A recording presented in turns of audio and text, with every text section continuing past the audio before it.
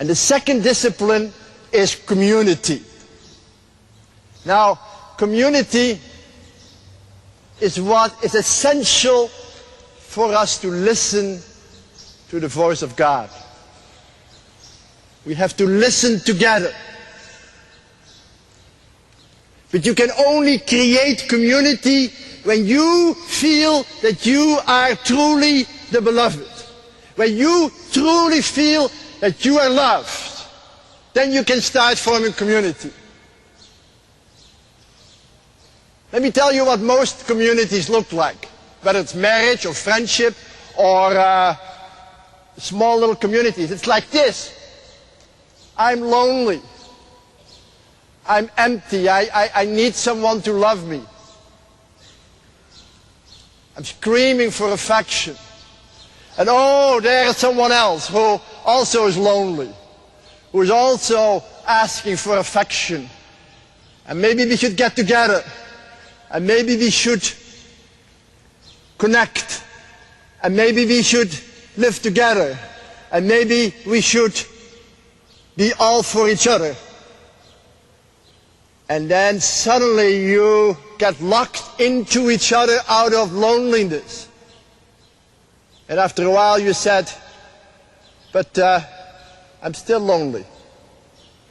And you're not the one I hoped you to be.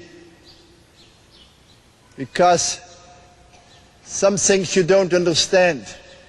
Maybe we should take a little distance. Maybe we should try again.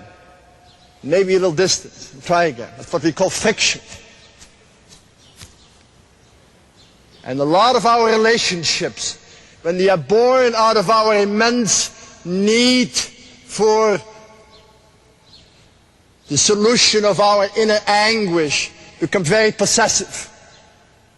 And then while our love becomes violent, our kissing becomes biting, our hearing becomes overhearing, our looking tenderly becomes looking suspiciously. And before we know it, what we wanted to be an expression of love becomes an expression of violence and possessiveness.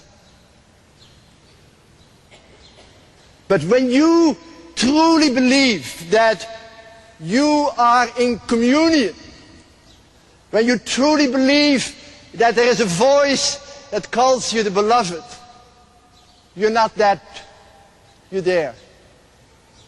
Alone, but not lonely.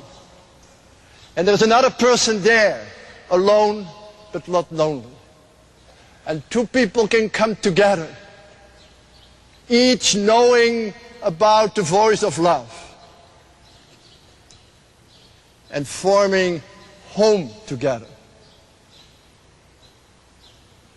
And the love that has spoken in me allows me to recognize the voice that has spoken in you. And we can love each other.